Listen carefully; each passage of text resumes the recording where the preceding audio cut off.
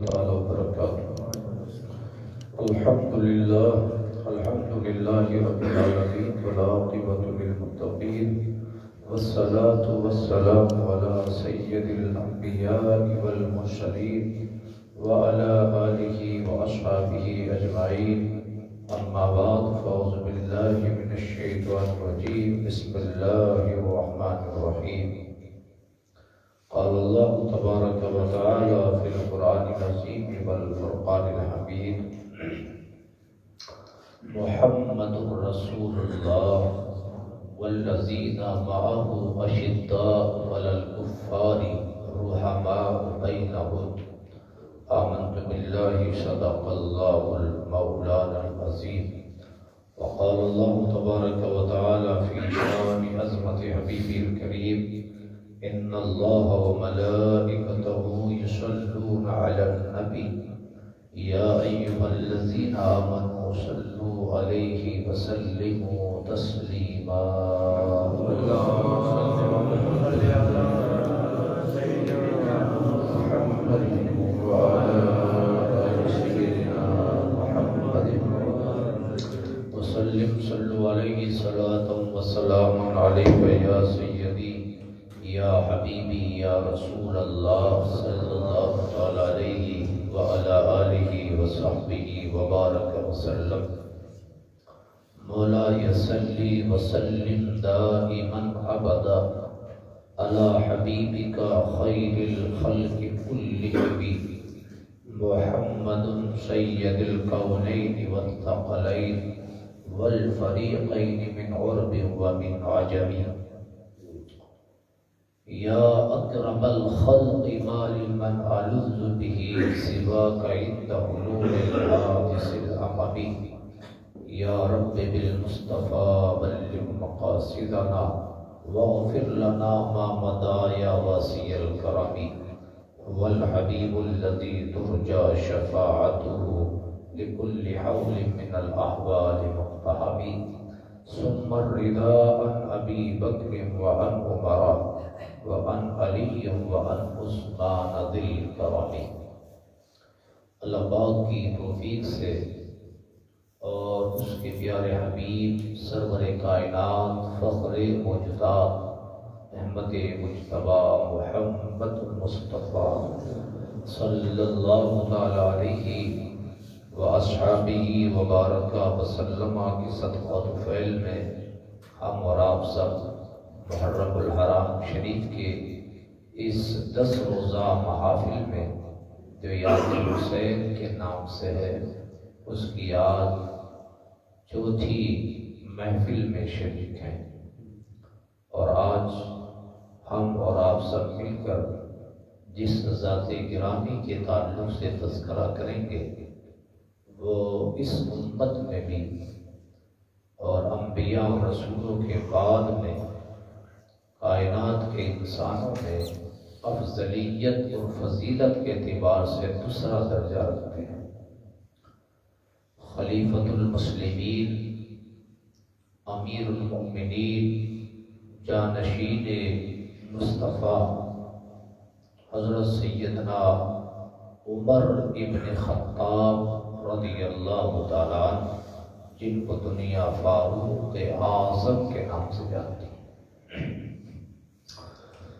جس طرح سے کل عقیدے پر میں نے بات کی تھی اور یہ سمجھانے کی کوشش کی تھی کہ انبیاء اور رسولوں کے بعد سب سے بڑا مقام اور مرتبہ ابو بکر صدیق رضی اللہ تعالیٰ عنہ کا ہے، ایسے ہی انبیاء اور رسولوں کے بعد اور ابو بکر صدیق کے بعد سب سے افضل ترین درجہ و مقام حضرت عمر بن خطاب رضی اللہ تعالیٰ عنہ.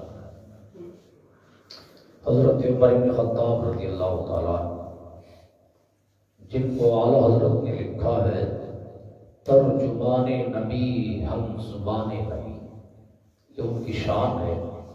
ترجمان نبی ہم زبان نبی، جان شان عدالت پہ لاکھوں سلام. وہ عمر جس کے عادہ پہ شیدا سفر، وہ عمر جس کے عادہ پہ شیدا سفر اس خدا دوست حضرت پہ لاکھوں سلام۔ یہ شان حضرت عمر بن خطاب کی، یہ بات صحیح ہے۔ اعلیٰ حضرت نے لکھا ترجمان نبی ہم زبان نبی، یعنی ایک طرح سے حضرت عمر بن خطاب رضی اللہ تعالیٰ عنہ جو بیان فرماتے تھے تو ایسا ہی لگتا تھا کہ جیسے زبان عمر کی ہے، بات مصطفیٰ کی، اس کو ترجمان کہتے ہیں۔ ہم زبان نبی یعنی نبی کی ہم زبان، یعنی جو منشائے مصطفیٰ ہوتا، اور حضرت عمر بن خطاب رضی اللہ تعالیٰ کوئی بات اپنی زبان مبارک سے کہتے وہی منشائے مصطفیٰ بھی ہوتا، اور اسی منشا کے مطابق اللہ پاک اپنے قرآن میں آیات کا نزول فرماتا۔ حضرت عمر بن خطاب رضی اللہ تعالیٰ کی وہ عظیم ذات گرامی ہے کہ جن کے یہ جو اعلیٰ حضرت نے لکھا نا ترجمان نبی ہم زبان نبی، ایسے ہی نہیں لکھ دیا کہ کسی کی تعریف کر دی تو مبالغہ میں کہہ دیا، نہیں، اس کے پیچھے یہ ریزن ہے۔ امام جلال الدین سیوطی رحمۃ اللہ علیہ نے اپنی کتاب تاریخ الخلفاء میں لکھا ہے، سب سے بڑی کتاب ہے تاریخ کے اوپر خلفاء کی، امام جلال الدین سیوطی نے حدیث کی کتاب ہے، اس میں لکھا ہے، اور بخاری شریف میں امام بخاری نے بھی لکھا ہے، کتاب الفضائل میں بھی ہے اور کتاب التفسیر میں بھی ہے۔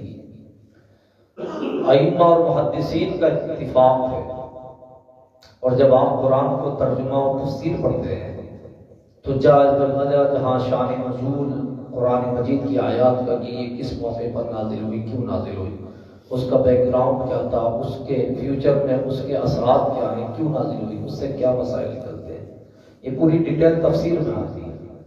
تفسیر کا جو سبجیکٹ ہوتا ہے تو اس میں جا بجا جہاں پڑھتے ہیں تو قرآن مجید فرقان حمید میں سے تقریباً امام فخر الدین رازی رحمۃ اللہ علیہ کے قول کے مطابق 6,600 یعنی 6,666 آیات ہیں حضرت امام فخر الدین رازی رحمۃ اللہ علیہ کے نزدیک۔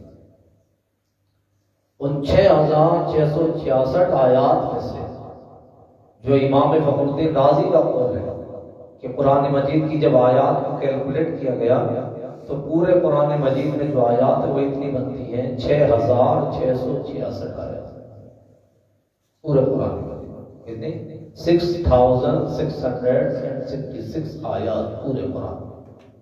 الحمد کے الف سے لے کے الحمدللہ رب العالمین ایک آیت ہے، الرحمن ایک ہے، جیسے کہ سورہ فاتحہ میں 7 آیات ہیں۔ اب یہ آیات جب کیلکولیٹ کرتے ہیں تو کسی میں 100 ہیں، کسی میں زیادہ ہیں، کسی میں کم ہیں، تو 114 سورت ہے پورے قرآن میں۔ اتنی صورتوں کے اندر اگر آپ آیات کو کیلکولیٹ کریں گے تو اس پر اتفاق ہے مفسرین کا، اور امام فخر الدین رازی کا بھی یہی قول ہے، اور امام جلال الدین سیوطی کا بھی یہی قول ہے۔ الگ الگ تفاسیر میں یہی قول ہے کہ پورے قرآن مجید کی آیات کو 6,666 کیلکولیٹ کیا جاتا ہے، اتنی آیات۔ ان 6,666 آیات میں یعنی آپ کتنے 6 اس میں بنے گے؟ 6,666 آیات اگر آپ کریں تو ایک تو 6 کا 6 ہو گیا، ایک 600 کا ایک 6 اور ہو گیا، پھر ایک 6 اور ایک 6 ہو گیا، 4 مرتبہ 6 آپ جمع کریں تو اتنی آیات بنے۔ ان آیات میں سے حضرت عمر بن خطاب کے بارے میں اعلیٰ حضرت نے کہا ترجمان نبی ہم زبان نبی۔ اتنی آیات میں سے 21 آیات ایسی ہیں، 21 آیات کہ جو حضرت عمر بن خطاب کی زبان سے نکلا، انہوں نے جو مشورہ دیا اس کے مطابق اللہ نے قرآن میں آیات نازل کی۔ کتنی آیات ہیں؟ 21 آیات۔ کسی کے مشورے سے یا کسی کے اس سے ایک آیت نازل ہو جائے تو بہت بڑی بات ہے۔ قرآن مجید کی 21 آیات اور آیات مبارکہ حضرت عمر بن خطاب رضی اللہ تعالیٰ عنہ کی عین مشورے کے مطابق نازل ہوئی، اور بعض آیتیں تو ایسی ہیں قرآن میں ان 21 میں سے 21 آیات میں سے ایک تو آیات ایسی ہے کہ جو الفاظ عمر کی زبان سے نکلے ہیں وہی الفاظ قرآن میں بھی آئے، یعنی جو الفاظ ان کی زبان سے نکلے وہی الفاظ اللہ پاک نے پھر قرآن میں نازل فرما دیا اور قرآن کا حصہ بنا دیا۔ ہمارے یہاں جب تفسیر کا درس ہوتا ہے تو اس میں آیت کریمہ ہے، اسی سورہ بقرہ میں ہے، یعنی کل من کان عدوا لجبریل فإنه نزله على قلبك بإذن اللہ۔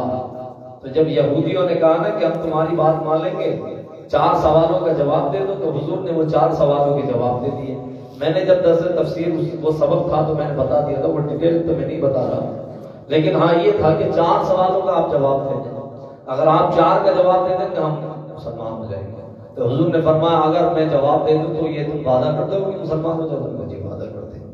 وہ سارے جوابات حضور نے دے دیے، 4 سوال انہوں نے کی، 4 کے جواب دے دیے، اور جو 4 کے جواب دے دیے تو انہوں نے آخر کہا یہ بتائیے کہ آپ کے پاس جو فرشتہ آتا ہے وہ کون وہی کون لے کر کے آتا ہے؟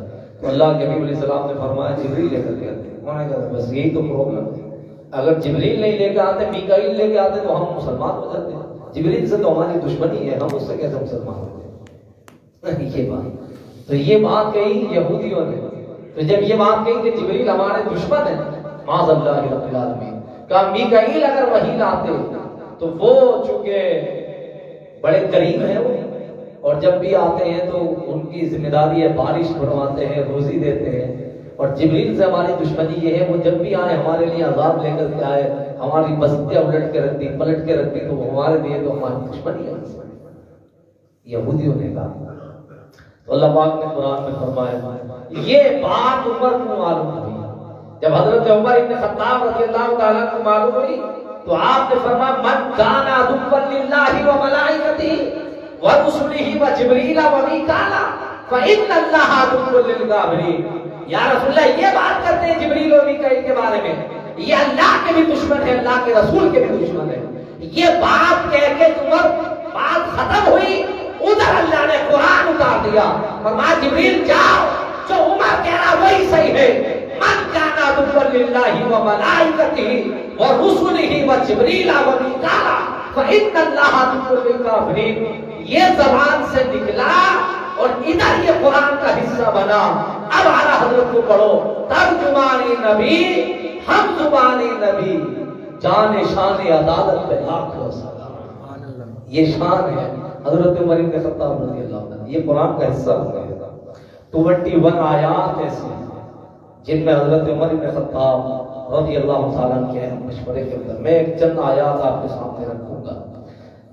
ہوا یہ تھا کہ یہ جب اسلام لے کر کے آئے تو ان کی ایج جو تھی 27 ایئرس اولڈ ہو گئے تھے، نوجوان تھے بہت، 27 سال کا نوجوان 27 ایئرس کے تھے حضرت عمر بن خطاب۔ اور یہ اسلام سے پہلے جس طرح سے دادا گیری کی چلتی تھی تو بہت دادا آدمی تھے، بوس تھے، ایک طرح سے کہ یہ ڈون آدمی تھے مکہ کے پورے، ان سے ڈرتے تھے بہت۔ تو وہ لوگ یہی سمجھتے تھے کہ حضرت عمر بن خطاب کے سامنے کوئی آتا نہیں تھا، زہید بھی تھے، بہت پڑھے لکھے آدمی تھے، تو ان کو ایز اے ایمبیسڈر کوئی بات ہوتی تھی مکہ والوں کی، تو اس زمانے میں جب اسلام کا اعلان نہیں ہوا تھا تو ان کو ایز اے ایمبیسڈر لوگ بھیجتے تھے دوسرے ممالک میں کہ جاؤ وہاں پر یہ بات تمام کر کے آؤ۔ اتنے زہید بھی تھے، اتنا ان کا لحاظ بھی تھا، اسٹینڈرڈ تھا، لوگ ان کو ادب کرتے تھے۔ اب ہوا یہ کہ جب اسلام کا اعلان کیا اللہ کے حبیب علیہ السلام نے تو یہ بھی انہی دشمنوں میں کھڑے ہوئے تھے جو اور لوگ کھڑے ہوئے تھے۔ دھیرے دھیرے لوگ مسلمان ہوئے، حتیٰ کہ تقریباً 39 مرد مسلمان ہو گئے تھے اور تقریباً 23 عورتیں مسلمان ہو گئی۔ 23 عورتوں نے کلمہ پڑھ لیا تھا اور 39 مردوں نے کلمہ پڑھ لیا تھا۔ مردوں میں 39 لوگ تھے، یعنی 39 کلمہ پڑھ کے مسلمان ہو گئے۔ عورتوں کی تعداد میں 23 تھی جنہوں نے کلمہ پڑھ کے اسلام، اور یہ اس زمانے کی بات ہے کہ جب اللہ کے حبیب علیہ السلام کا سوشل بائیکاٹ کر دیا گیا، مکہ والا بڑا ظلم کیا اللہ کے حبیب علیہ السلام، بڑا ظلم، بڑی زیادتی کی۔ جب کبھی پڑھتے ہیں حدیث میں، تفسیر میں، تو آنسو نکل آتے ہیں، روتے کھڑے ہو جاتے ہیں کہ ایسا بھی دور تھا جس نبی کے صدقے میں آج یہ باغ و بہار، یہ قالینیں، یہ سب کچھ، یہ چہروں پہ نور، یہ سر کے امامے، یہ جبے کبے دستار، یہ سب، یہ حلوے، یہ پراٹھے، یہ بریانیاں، یہ سب کچھ ملا ہے۔ اس حبیب کی تاریخ تو پڑھو کتنی تکلیفیں گزری، مذاق بات، 70 منتھ، 17 مہینے ایک کمرے میں بند کر دیا گیا، ایک کمرے کے اندر، اور یہ پابندی لگا دی کوئی اس سے بات نہیں کرے گا، دیکھے گا نہیں۔ اللہ کے حبیب علیہ السلام اتنی پابندیاں، سختیاں، دکان والوں نے منع کر دیا کہ سودا نہیں دے گا، اتنی پریشانیاں اور کٹھنائیاں، اور اس کے بعد بھی اللہ کے حبیب علیہ السلام کبھی رات میں تنہائی میں نکلتے تو ظالم پتھر بچھا دیتے، کانٹے بچھا دیتے، پتھر مارتے، جانور کے جو پیٹ کا نکلا ہوا اوجڑیاں، ملوا، گندگی ہوتی ہے جو ہم لوگ پھینک دیتے ہیں، اس کو اٹھا کر کے کبھی کبھی سجدے کے عالم میں حضور کی گردن پہ لا کے ڈالتے ہیں۔ تھوڑے ظلم کیے، کتنے ظلم برداشت کیے اللہ کے حبیب علیہ السلام۔ اس کے بعد بھی اسلام کا کام دھیرے دھیرے بڑھتا رہا، حتیٰ کہ 39 لوگ مسلمان ہوئے۔ تو لوگوں نے کہا یار یہ بات تو سمجھ نہیں آ رہی، اتنا سب کچھ کرنے کے باوجود بھی کام تو نہیں رکا، لوگ تو کلمہ پڑھ کے مسلمان ہو ہی رہے ہیں، لہذا یہ کہ کوئی ایسا اسٹرانگلی قدم اٹھایا جائے، ایکشن لیا جائے جس سے کام ختم ہو جائے، ورنہ کام خراب ہو جائے۔ تو ان کا جو پارلیمنٹ ہاؤس تھا، دارالندوہ اس کا نام ہے تاریخ میں، اس میں بل پاس ہوا، میٹنگ پاس ہوئی، اور اس میں یہ طے تمام ہوا کہ آپ ایسا کریں کہ انہیں شہید کر دیا جائے، مثلا حضور کو شہید کر دیا جائے۔ اب شہید کرنے کے لیے جو نوجوان ان کے یہ کام انجام دے گا اسے 100 عربی النسل دیے جائیں گے، اس کو گفٹ میں مکہ کی بادشاہت دی جائے گی، مکہ کے تخت و تاج پر اس کو بٹھا دیا جائے گا، اور جس خاندان اور قبیلے میں جس خاتون سے جو اسے پسند آئے گی اس سے اسے شادی کرائی جائے گی، یہ آفر تھا، اور اسے اتنی مال و زر دیا جائے گا کہ سارے لوگ اس کے حکم کے تابع ہوں۔ بل پاس ہو گیا۔ پھر اس کے بعد لوگوں نے کہا یہ کام جو ہے آدمی سے لگ کر وہ کون کر سکتا ہے؟ تو حضرت عمر بھی اسی میں موجود تھے، تو حضرت عمر ابن خطاب رضی اللہ تعالیٰ عنہ کی طرف نظر گئی، اور نظر جانے کے بعد لوگوں نے کہا کہ یہ کام خطاب کا بیٹا عمر کرے گا۔ آپ تو دشمنی میں حد سے بڑے ہوئے تھے، آپ نے کہا ہاں یہ بات تو ہم ایکسپٹ کرتے، ہم کریں گے۔ آپ نے اپنی تلوار لہرائی اور یہ بات پہ طے ہو گئی کہ کل فلاں ٹائم میں ان کو شہید کر دیا جائے۔ اب عمر کے سامنے کون ہے بھائی جو آج طاقتور آدمی تھے، مسلمانوں کی تعداد کمزور تھی، اور وہ بھی 39 مسلمان اونلی، اور اس کے باوجود بھی ان کے پاس کوئی ذرائع نہیں، کچھ نہیں تھا، چوری چھپے۔ بھائی حال ان کا یہ تھا کہ اگر بیٹا مسلمان ہو گیا تو باپ مخالف ہو گیا، باپ ہو گیا تو بیٹے مخالف ہو گئے۔ اس شروعات کا تو حال یہی تھا کہ باپ نے بیٹے کو قتل کر دیا اگر تو مسلمان ہو گیا تو، بیٹے نے باپ کو قتل کر دیا۔ اس زمانے کے حالات تو اس طرح سے بچا کس سے جائے، حالات اتنے خراب تھے۔ عمر تیار ہو گیا، انہوں نے اپنی تلوار لی۔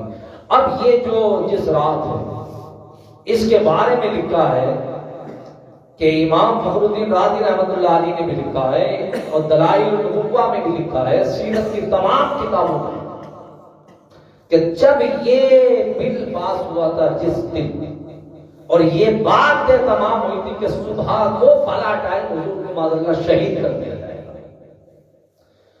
تو جو یہ 39 مسلمان ہوئے تھے انہوں نے بارگاہ رسالت میں عرض کی تھی یا رسول اللہ آپ دعا فرمائیں۔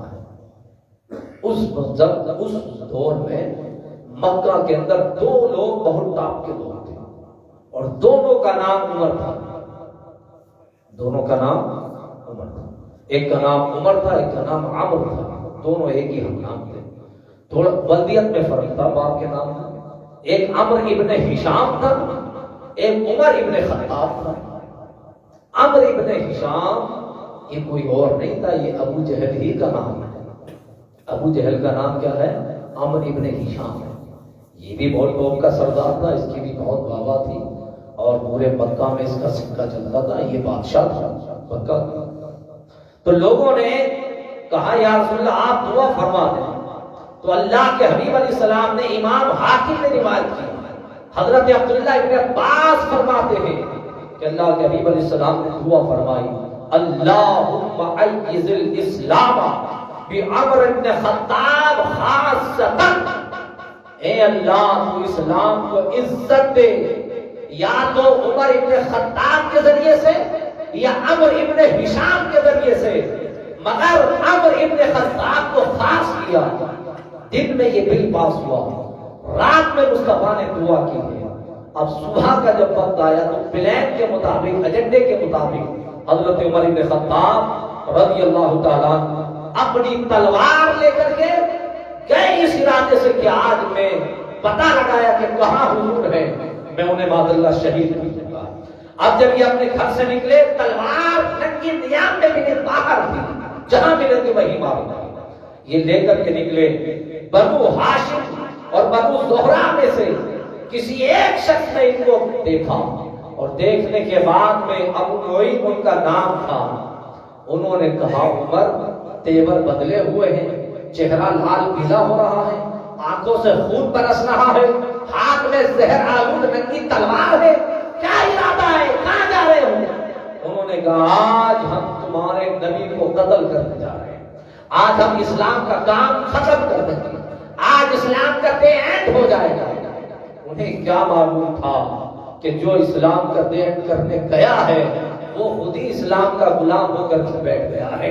اس لیے کہ اللہ خود فرماتا ہے یریدون لیطفئوا نور اللہ بافواہہم واللہ متم نورہ ولو کرہ الکافرون۔ اے میرے حبیب، یہ لوگ چاہتے ہیں کہ آپ کے اسلام کے چراغ کو پھونکے مار کے بجھا دے، جیسے چراغ جلتا ہو تو کوئی پھو مارے تو بجھ جائے، یہ چاہتے ہیں کہ اسلام کے چراغ کو بجھا دے، نہ واللہ متم نورہ، اللہ اپنا نور مکمل کرے گا، اور ایک دن وہ آئے گا کہ شرق سے لے کے غرب تک، شمال سے لے کے جنوب تک، دنیا کے پردے پر یہ آسمان کا سورج جہاں تک روشنی دیتا ہے وہاں محمد کا کلمہ پڑھنے والے موجود ہیں۔ یہ کیا باتیں کرتے ہیں کہ ایسے نہیں بجھایا جائے گا، واللہ متم نورہ ولو کرہ الکافرون، چاہے کافروں کو کتنا ہی برا کیوں نہ لگ جائے ہم اس کام کو مکمل کر کے رہیں گے۔ قرآن میں نہیں فرمایا اللہ پاک نے جو خطبے میں جمعے کے خطبے میں پڑھا جاتا ہے، هو الذی ارسل رسولہ بالہدی ودین الحق لیظہرہ علی الدین کلہ ولو کرہ الکافرون۔ وہی رب ہے جس نے اپنے رسول کو بھیجا ہے حق کے ساتھ، بالہدی، اور ہدایت دینے والا بنا کر، کہ ان کے ذریعے سے لوگوں کو اللہ ہدایت عطا فرماتا ہے، یظہرہ علی الدین کلہ، اور اللہ نے ان کے دین کو مکمل کر دیا ہے، ولو کرہ الکافرون، کافروں کو چاہے کتنا برا کیوں نہ لگ جائے۔ انہیں ملے ابو نعیم، انہوں نے کہا جی کہاں جا رہے ہوں؟ انہوں نے کہا جی آپ تو تمہارے جو نبی ہے نا ان کو آج ہم ختم کرنے کے لیے جا رہے ہیں۔ یہ خبر ملی تو حضرت ابو نعیم نے کہا اچھا آپ اس نبی کو ختم بعد میں کرنا، پہلے آپ اپنے گھر کی خیریت لیں اور اپنے گھر کے حالات کو درست کریں، اس کے بعد ادھر جائیے گا۔ میں کہا گھر میں کیا معاملہ ہے؟ انہوں نے کہا جو آپ کی بہن ہے جس کا نام فاطمہ بنت خطاب ہے، آپ ہی کی بہن ہے نا سگی؟ انہوں نے کہا جی ہماری بہن ہے، میرے ہی باپ کا خون ہے، ہمارا خون ہے، ہماری سگی بہن ہے۔ تو کہا آپ ادھر جائیے اور پہلے ان کا ذرا انٹروڈکشن لیجیے، خبر لیجیے کہ ان کے حالات کیا ہیں۔ تو کیا معاملہ ہے؟ کہ وہ جسے آپ ختم کرنے جا رہے ہیں، جس نبی کو تمہاری بہن اسی کا کلمہ پڑھ کے مسلمان ہو گئی۔ اتنا کہا تو وہ ابھی تو جو تیور بدلے ہوئے تھے حضرت عمر کے وہ 70% تھے، اب وہ 100 سے بھی زیادہ پار کر گیا۔ اب وہ تیور اتنے بدل ہو گئے کہ جسے میں جا رہا ہوں مٹانے کے لیے وہ میرے گھر بھی آ گیا تھا۔ اب راستہ روٹ چینج کر دیا، ایک دم ٹن لیا اور اپنے بہن کے گھر، اب بہن کے گھر پہنچے، دروازہ بند تھا۔ اس وقت چھوٹے چھوٹے مسلمان ہوئے تھے اور جو قرآن کے ٹکڑے اترتے تھے آیتیں وہ لوگ سیکھتے تھے، تو سورہ طٰہٰ کی پہلی آیتیں اتری تھی، سورہ طٰہٰ کی۔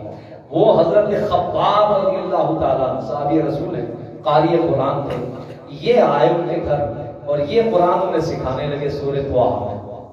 جب یہ قرآن انہیں سکھانے لگے، وہ جو انہیں کیا معلوم کہ کیا ہو گیا ہے، اب وہ راستے میں جب انہوں نے بتا دیا تو انہوں نے ٹل لیا اور بہن کے گھر پہنچے.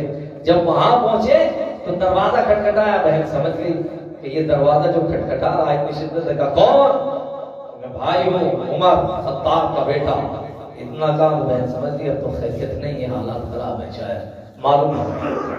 جب معلوم ہو گیا تو انہوں نے کہا چلو ہم تو بہن ہیں، یہ بہنوئی ہے سگے، ہم تو نپٹیں گے، مگر یہ جو تیسرے ہیں حضرت خباب ان کا کام تمام ہو جائے گا. تو انہیں بیچاروں کو بستر استر میں چھپا دیا اور کپڑے وپڑے ڈال دیے اور چھپا کر کے کر دیا. انہوں نے کہا جی آپ، میں نے سنا کیسے آنا ہوگا، آنا کیسے ہوا؟ آپ نے فرمایا میں نے سنا تم نے نبی کا کلمہ پڑھ لیا، مسلمان ہو گئے. بہن نے کہا ہاں الحمدللہ، اب ہم نے نبی کا کلمہ پڑھ لیا، مسلمان ہو گئے. سبحان اللہ. اس میں جواب یہ دیا انہوں نے کہ کہا جب تک ہم نے اسلام قبول نہیں کیا تھا تو جھوٹ بولنے کی عادت تھی، لیکن اب اسلام قبول کر لیا تو اب چھپا نہیں کیا، ہم نے تو کلمہ پڑھ لیا. یہ کہا تو انہوں نے مار توڑ دانت پھوسا جو بھی ان کو بنتا تھا انہوں نے مارا. اس کی تلوار کی انہوں نے پیچھے کی کٹے کونے پہ ماری، کافی خون نکلا. بہن بے ہوش ہو گئی. انہوں نے بہن بے ہوش ہو گئی تو پھر بہنوئی کو کوٹنا شروع کر دیا. بہن جب اس کے بعد بہنوئی بے ہوش ہو گئے تو پھر بہن کو ڈالا، پھر اس کو کوٹنا شروع کر دیا. دو تین مرتبہ کئی گھنٹے تک مار کٹائی ہوتی رہی. اس کے بعد جب عمر مارتے مارتے تھک گئے تو انہوں نے کہا کہ یہ بتاؤ کہ وہ ایسی بات کون سی ہے کہ اتنا پٹنے کے بعد بھی تم نہیں بتا پا رہے اور وہ نشہ تم سے نہیں اتر پا رہا ہے؟ تو حضرت عمر کی بہن نے کہا یہ شراب کا نشہ نہیں ہے، یہ عشق مصطفیٰ کا نشہ ہے. یہ ایسا نشہ نہیں ہے کہ جو مارنے سے اتر جائے گا. فرمایا عمر اگر تو خطاب کا بیٹا ہے تو میں کون ہوں؟ میں بھی تو خطاب کی بیٹی ہوں. تو کیا باتیں کرتا ہے؟ یہ جسم کے ٹکڑوں سے ابھی خون ہی نکلا ہے نا، اس کے ٹکڑے کر کے اگر مکہ کی گلیوں میں بکھیر دے اور اٹھا کر کے پوچھے گا تب بھی اس محمد کی آواز آئے. یہ جذبہ تھا. انہوں نے کہا اچھا یہی بات ہے تو بتاؤ تو صحیح یہ کہاں سے ملا؟ انہوں نے کہا یہ دربار رسالت مآب سے ملا ہے. اب جب حالات نارمل ہوئے عمر نے کہا یہ تو بتاؤ کہ جو آواز آ رہی تھی وہ کس کی آواز تھی؟ تم لوگ کر کیا رہے تھے؟ کیا پڑھ رہے تھے؟ کیا سن رہے تھے؟ عمر کی بہن نے کہا ہم قرآن پڑھ رہے تھے. کہا یہ قرآن کیا ہے؟ کہ یہ قرآن آسمان کی کتاب ہے. کہا کیسے ملا؟ کہ یہ اللہ کے حبیب پر نازل ہوتا ہے اور حضور نے ہمیں سکھایا ہے. اب اس کے بعد عمر نے کہا اچھا وہ ہمیں بھی سنا، وہ ہے کیا؟ اگر وہ خدا کا کلام ہے کہ کسی بندے کا کلام ہے؟ کہ نہیں خدا کا ہے، بندے کا نہیں ہے. تو کہا اچھا ہمیں سناؤ. تو حضرت عمر کی بہن نے کہا ایسے اس کو نہیں پڑھا جاتا، اس کے لیے پاکی حاصل کرو. آپ پہلے غسل کرو، پاک بنو، کپڑے صاف کرو، اس کے بعد سنو. اب پاکی حاصل کر لی. اب پاکی حاصل کرنے کے بعد عمر نے کہا سناؤ. اب انہوں نے کپڑے ہٹا کر کے حضرت خباب کو نکالا کہ ذرا آئیے قاضی صاحب اب پڑھیے.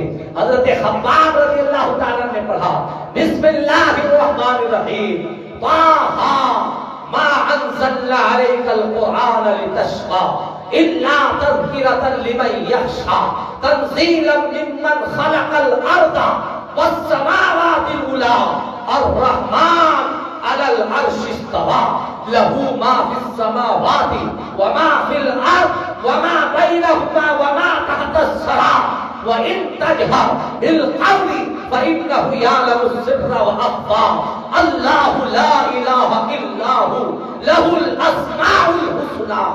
یہ قرآن حضرت خباب نے جب پڑھا عمر کے کانوں سے ٹکرایا، دل کے اندر اترا.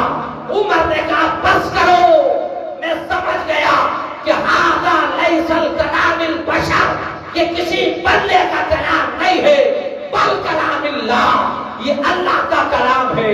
اب مجھے اس کے پاس لے چلو جس پر یہ قرآن اترتا ہے، میں بھی اس محمد کا کلمہ پڑھنا چاہتا ہوں.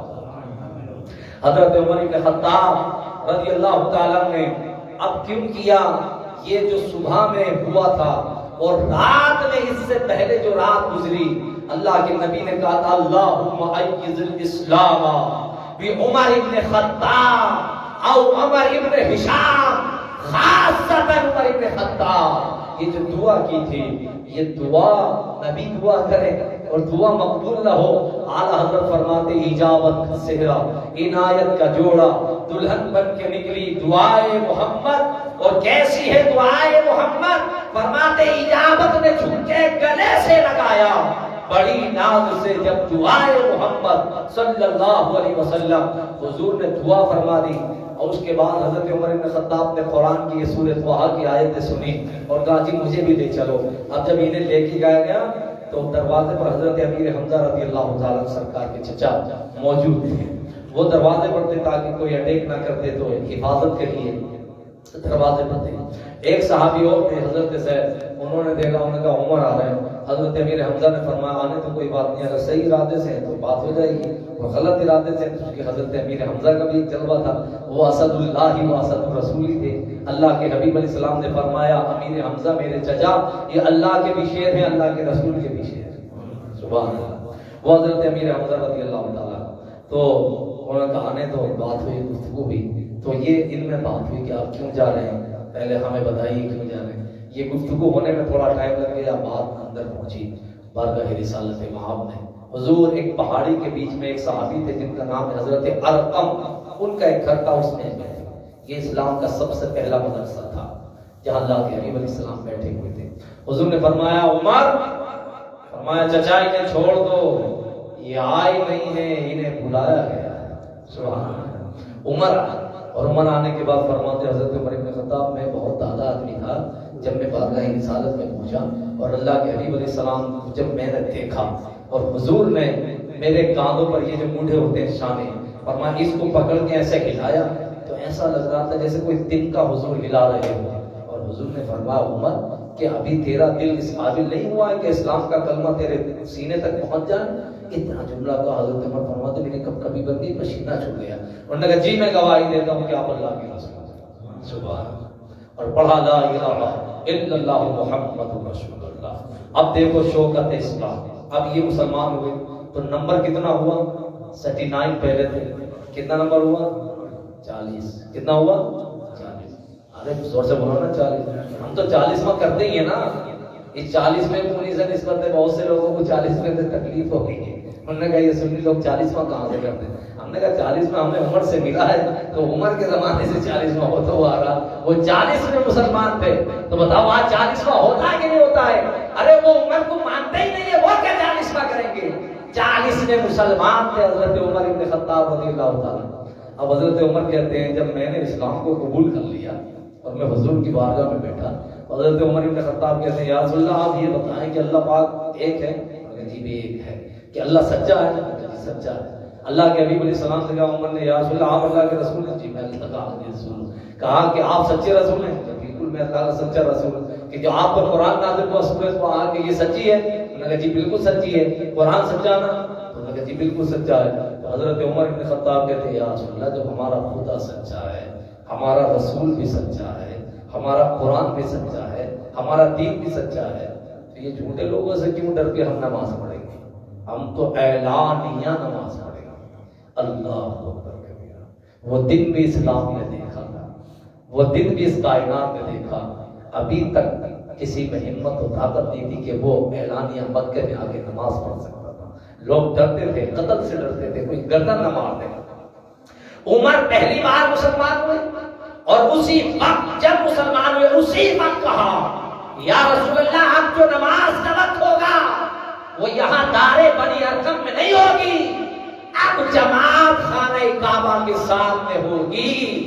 اور عمر اعلان کرتا ہے جسے اپنی بیوی کو بیوہ کرانا ہو، بچوں کو یتیم کرانا ہو، اپنی گردن اس کے سر پر اسے بھاری لگ رہی ہو، وہ آئے اور مسلمانوں سے ٹکرانے کی ہمت کرے۔ حضرت عمر بن خطاب کہتے ہیں یا رسول اللہ، عمر آگے چلے گا اور باقی مسلمان پیچھے چلیں گے، اور میں ہر ایک سے اعلان کرتا جاؤں گا کہ آ جاؤ، دیکھو آج عمر مسلمان ہو گیا ہے، سبحان اللہ۔ حضرت عمر بن خطاب فرماتے ہیں کہ مجھ سے پہلے جتنے لوگ مسلمان ہوئے تھے وہ سب بیچارے چھپاتے تھے کہ میں مسلمان ہوں، یہ ڈرتے تھے لوگ ماریں گے۔ وہ کہا میں ہر ایک کے دروازے پر جا کے کہتا ہوں سن بھائی میں مسلمان ہو گیا ہوں، آج نبی کا کلمہ پڑھ لیا ہے۔ تو کہا جو مجھے دیکھتا تھا وہ دروازہ بند کر لیتا تھا، جو مجھے دیکھتا وہ دروازہ بند کر لیتا تھا۔ کہا میں کلمہ پڑھ کے جب مسلمان ہوا تو میں یہ خوشخبری دینے اپنے چچا ابو جہل کو آیا، اسی نے بھیجا تھا نا۔ جب میں نے دروازہ کھٹکھٹایا آیا اور بڑے شوق میں آ کے دروازہ کھولا، ویلکم کہ ہاں یہ کام کر کے آیا ہوگا پٹھا. انہوں نے کہا یہ زبان اچھا ہے, کام اٹھا کے آیا. انہوں نے کہا چچا سن رہی ابو جہل, آج کے بعد میں جس نبی کو قتل کرنے گیا تھا میں نے اس کا کلمہ پڑھ لیا ہے, اور یہ وارننگ ہے, اگر آج کے بعد تم نے اس کے خلاف کوئی ایکشن لیا تو پھر ہماری تلوار سے تمہاری گردن تن سے جدا کر دی جائے گی. کہتے ہیں ابو جہل نے مجھے دیکھا اور دروازہ بند کر لیا, اللہ حول ولا قوت الا باللہ. جس کام سے بھیجا تھا عمر کے اوپر بھی اس کا نبی کا جادو چل گیا ہے. حضرت عمر بن خطاب فرماتے تھے, فرمایا کہ پہلی بار یہ 40 مسلمانوں کو لے کر کے ایک جماعت 20 ادھر کھڑے کیے 20 ادھر کھڑے کیے, اس میں سے آگے ایک کے عمر, ایک کے امیر حمزہ, اور بیچ میں مصطفیٰ, اور اللہ اکبر کی صدائیں بلند کرتا ہوا دار بنی ارقم سے یہ قافلہ نکلا. ہر کافر نے دیکھا تھا لیکن کسی کی ہمت نہیں ہوتی کہ سامنے عمر اور ایک طرف امیر حمزہ ہے. فرماتے اس شان و شوکت کے ساتھ یہ قافلہ پہلی بار نکلا, اور نکلنے کے بعد خانہ کعبہ میں داخل ہوا. جو کفار سردار بیٹھے تھے ہمیں دیکھ کے پہلے ہی بھاگ گئے. فرمایا میں نے کہا یا رسول اللہ اب آپ کہیں کہ یہاں اذان پڑھی جائے. پہلی بار کعبہ کی دیواروں کے سائے میں اعلانیہ آزاد ہوئی جب عمر بن خطاب رضی اللہ تعالیٰ نے اسلام کو قبول کیا تھا, اور قبول کرنے کے بعد جب اذان ہوئی پھر کہا یا رسول اللہ آپ جماعت کرائیں, آپ آگے بڑھیے مصلی پر, آپ امام بنیے, ہم نماز پیچھے پڑھتے ہیں. فرماتے ہیں تاریخ میں لکھا ہوا یہ دن تھا کہ جس دن سورج کے سامنے زمین کے اوپر کھلے میدان میں خانہ کعبہ کی چوکھٹ کے سامنے ہم نے نماز پڑھی تھی. وہ دن ہے اور آج کا دن ہے, اور قیامت کی صبح ہو جائے گی. الحمدللہ پوری دنیا میں مسلمان ایسی کھلے عام نماز پڑھتا رہے گا. یہ عمر کا صدقہ ہے, یہ عمر اسلام سے داخل ہو. فرماتے ہیں ایک اچھی بات میں آپ کو بتا دوں, جب حضرت عمر بن خطاب نے نا کلمہ پڑھا اور کہا نا اشہد ان لا الہ الا اللہ واشہد ان محمد رسول اللہ, جب انہوں نے اسلام کا کلمہ پڑھ لیا تو فرماتے ہیں اس کلمے کو سن کر کے نا کہ عمر مسلمان ہو گئے. تو جانتے ہو لوگوں نے کیا کہا تھا, نعرہ تکبیر نعرہ رسالت. یہ نعرہ تکبیر اور رسالت لگا تھا کہ پہلی مرتبہ عمر کے ایمان لانے کے بعد لگا تھا. ان کے ایمان لانے کی خوشی میں نعرہ تکبیر اور رسالت لگا تھا. آج ہم لوگ نعرہ لگاتے ہیں تو دیکھا ہوگا کبھی دیوبندی وغیرہ کو تقریر کرتے دیکھا, وہ بھی کبھی کبھی جوش میں آ جاتے تو نعرہ لگا دیتے ہیں, لیکن ان کا صرف نعرہ تکبیر ہوتا ہے, نعرہ رسالت نہیں ہوتا ہے. نعرہ نہیں لگاتے, مسکول مارتے تھے, جیسے کوئی آدمی مسکول مارتا نا ایسا نعرہ لگاتے تھے. ہمارا نعرہ پورا الحمدللہ ہوتا ہے. جہاں ہم نعرہ تکبیر لگاتے ہیں, اللہ اکبر کی صدائیں بلند کرتے ہیں, تو جس نبی کے صدقے میں تکبیر ملی ہے اس کا نعرہ رسالت بھی بلند کرتے ہیں. اسی لیے مہرانا مقدسہ کے سیدنا آل رسول فرماتے ہیں کسی کی جے ہم کیوں کریں, کیا غرض ہم کو, ہمیں کافی ہے سید اپنا نعرہ یا رسول اللہ. جب یا رسول اللہ کا نعرہ لگتا ہے تو نعرہ تکبیر بھی ہو جاتا ہے اور نعرہ رسالت بھی ہو جاتا ہے. یہ حضرت عمر بن خطاب رضی اللہ تعالیٰ, میں نے بتایا ان کی شان یہ تقریباً 21 آیات ان کے مشورے کے مطابق نازل ہوئی. میرے آقا علیہ السلام نے ان کی شان میں فرمایا لو کان بعدی نبی لکان عمر بن خطاب. فرمایا میرے بعد اگر کوئی نبی بن کر آتا وہ عمر بن خطاب تھے جن کو اللہ نبی بنا کر کے بھیجتا. لا نبی یا بعدی, لیکن میرے بعد کوئی نبی نہیں ہوگا. اللہ کے حبیب علیہ السلام نے ان کو دیکھا. ایک مرتبہ ہوا یہ حضرت عائشہ صدیقہ فرماتی ہیں کہ وہ مدینہ میں جو ہوتے نا, آج بھی لوگ کچھ کھیل کرنے لگتے ہیں راستوں میں, پہلے زمانے میں زیادہ ہوتے تھے, اب کچھ کم ہوتے ہیں. کوئی بلیک میجک دکھانے لگتا ہے, کوئی ڈھول, کوئی تماشے, کچھ لوگ کہتے ہیں نا وہ تماشا دکھاتے ہیں تو کوئی گردن بھی کاٹ دیتا تو لوگ کہتے ہیں وہ بڑا جادو, کچھ جادو کے سب کرشمے ہوتے ہیں. تو پہلے زمانے میں ہوتا تھا. تو وہ حضور کے زمانے میں حضرت عائشہ صدیقہ رضی اللہ تعالیٰ عنہ ساتھ میں تھی, تو کہتی ہیں وہ کچھ عورتیں بچیاں وہ تماشا کھیل رہے تھے. تو حضرت عائشہ نے حضور سے کہا کہ یا رسول اللہ یہ ہو رہا ذرا دیکھ لیں. تو حضور کو کھڑا کر لیا, حضور بھی کھڑے ہو گئے دیکھنے لگے. فرماتے ہیں سب لوگ دیکھتے رہے. اب جب جو بھی حضور کو دیکھے تو سب کھڑا ہو جائے, کوئی نہیں بولتا یہ کیا ہو رہا ہے. حضور بھی کھڑے ہوئے. فرماتے حضرت عمر بن خطاب رضی اللہ تعالیٰ کا گزر ہوا. جیسے ہی حضرت عمر بن خطاب آئے تو وہ جو جادوگر تھے، وہ جو عورتیں تھیں، اپنا پٹارا اٹھایا ہوتا تو حضرت عمر بن خطاب کو جو دیکھا تو اللہ کے حبیب علیہ السلام نے دیکھا یہ ابھی تو ناٹک کر رہے تھے، یہ بات کیوں گئے؟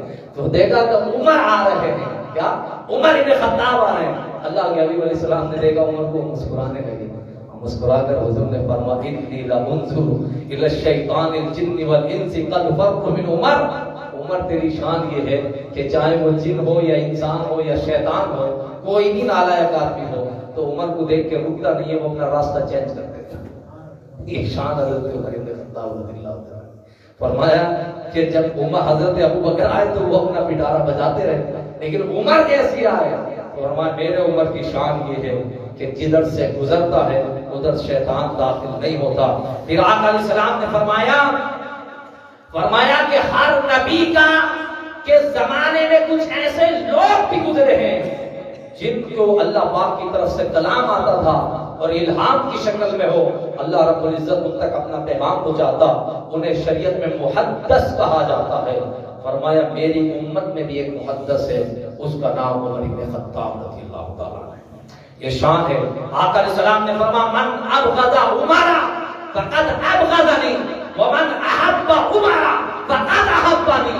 جس نے عمر سے دشمنی کی اس نے مجھ سے دشمنی کی، اور آقا فرماتے جس نے عمر سے محبت کی اس نے مجھ سے محبت فرمائی۔ واقعات بہت زیادہ ہیں لیکن میں اپنی بات کو اس بات پر ختم کرتا ہوں کہ تقریباً 10 سال، کتنے 10 سال اور 10 سال 6 مہینے 4 دن تک حضرت عمر بن خطاب خلافت کے منصب پر فائز رہے، اور 10 سال 6 مہینے 4 دن میں جانتے ہو کتنی زمین اسلام کے حصے میں آ گئی تھی اور کہاں تک اسلام پہنچ گیا تھا۔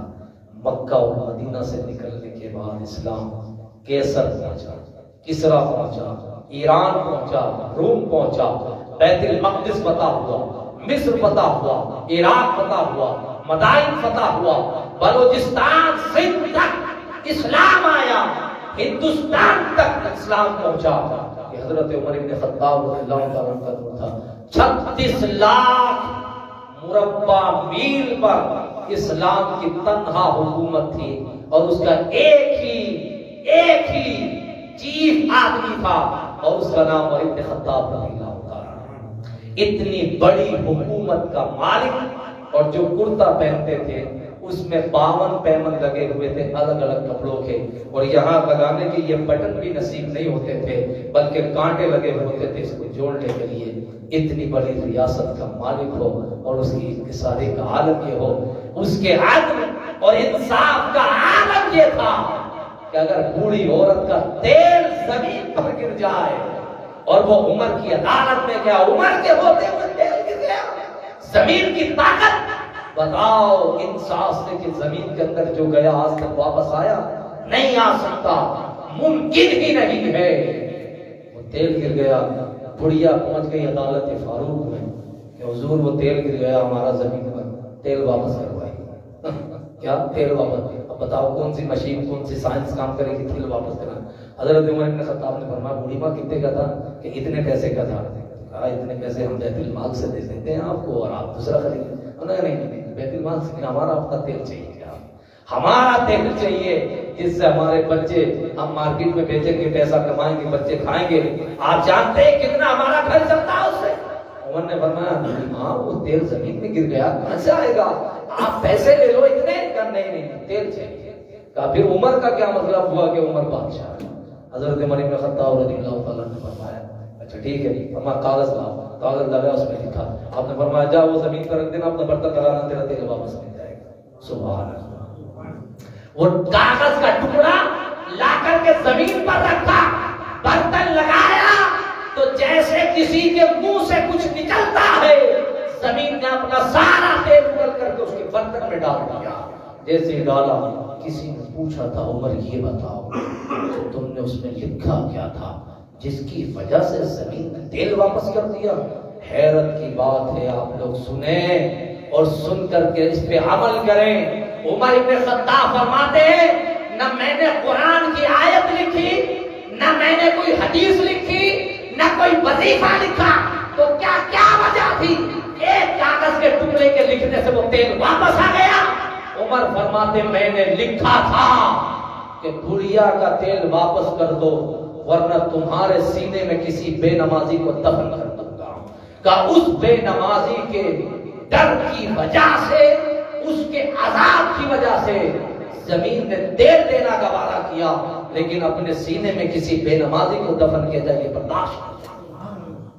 وہ مائیں، وہ بیٹیاں، وہ بیٹے، وہ جو نوجوان جو نماز کو ثواب سمجھ کے حرام کر جاتے ہیں اور ظالموں کو ٹکا تک نہیں آتی، گھر کے دروازوں پر اذانوں کی آوازیں ٹک ٹک بجتی رہتی ہے، ان کے کانوں سے یہ پھول تک نہیں نکلتے، وہ موبائل بند کرنا گوارا نہیں سمجھتے، وہ ظالم ذرا سی بوندے گر جائے تو مسجد کو آنا گوارا نہیں کرتے، ذرا سی تھکان ہو جائے تو سجدہ کرنا گوارا نہیں کرتے۔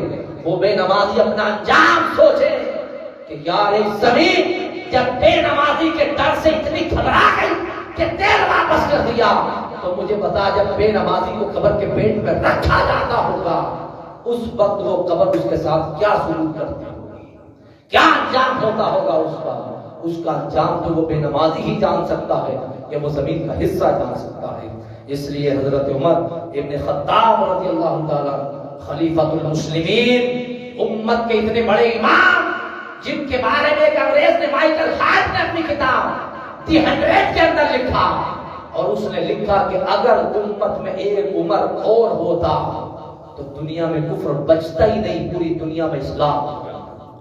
بہت سے کارنامے پھر میں کبھی انشاءاللہ تعالی گفتگو کروں گا، آج بھی فالو کیے جا رہے ہیں۔ یہ جو ہمارے یہاں پیٹرولیم ہوتا ہے، جو پولیس راتوں میں گھومتی ہے، ڈیوٹی لگائی جاتی ہے کہ علاقوں میں جا کے سروے کرو، اس کے ایجاد کرنے والے عمر بن خطاب رضی اللہ تعالیٰ۔ جو ہمارے یہاں سٹیزن شپ دی جاتی ہے، آئی کارڈ بنایا جاتا ہے، اس کے ایجاد کرنے والے عمر بن خطاب رضی اللہ تعالیٰ۔ کتنے بچے، کتنی بیٹیاں، کتنے بیٹے پیدا ہوئے، اس کا رجسٹر پہلی مرتبہ عمر بن خطاب رضی اللہ تعالیٰ نے بنوایا تھا۔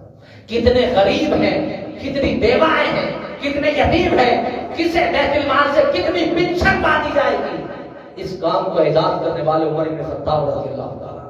کون الیکشن میں آئے گا تو وہ اپنا ڈاٹا دیتا ہے کہ میرے پاس فی الحال اتنی پراپرٹی ہے، اتنی پراپرٹی کا مالک ہوں، بتاؤ اپنا بایو ڈاٹا دیتا کہ نہیں دیتا ہے؟ اس کا ایجاد عمر بن خطاب نے کیا تھا۔ جب کسی کو گورنر بنا کر کے بھیجتے تھے، فرماتے اپنا پورا لکھ کر کے جمع کر دو تاکہ پتہ چلے کہ جب تمہیں معزول کیا جائے پتہ چلے کتنا کرپشن ہوا کہ نہیں ہوا۔ یہ ایجاد کرنے والے، پولیس تھانوں کا ایجاد کرنے والے، پولیس کو رات میں پیٹرولیم کرانے والے، ان کاموں کی ایجاد حضرت عمر بن خطاب رضی اللہ تعالیٰ کی۔ اللہ پاک مجھے اور آپ سب کو اس پر عمل کی توفیق رفیق عطا فرمائے اور اس ذکر نور کو اپنی بارگاہ میں شرف عطا فرمائے، اور حضرت امام حسین وعلی جدہ وعلیہ السلام کی برکت سے حضرت عمر بن خطاب رضی اللہ تعالیٰ کے اس مبارک ذکر کو قبول فرمائے، اور ان کے مزار رحمت پر جو گنبد خضرا کے اندر ہے لاکھوں کروڑوں اربوں خربوں انوار و تجلیات کی بارش فرمائے، اور عمر کے مشن پر عمل کی توفیق عطا فرمائے برحمتک یا ارحم الراحمین۔ صلی اللہ علیہ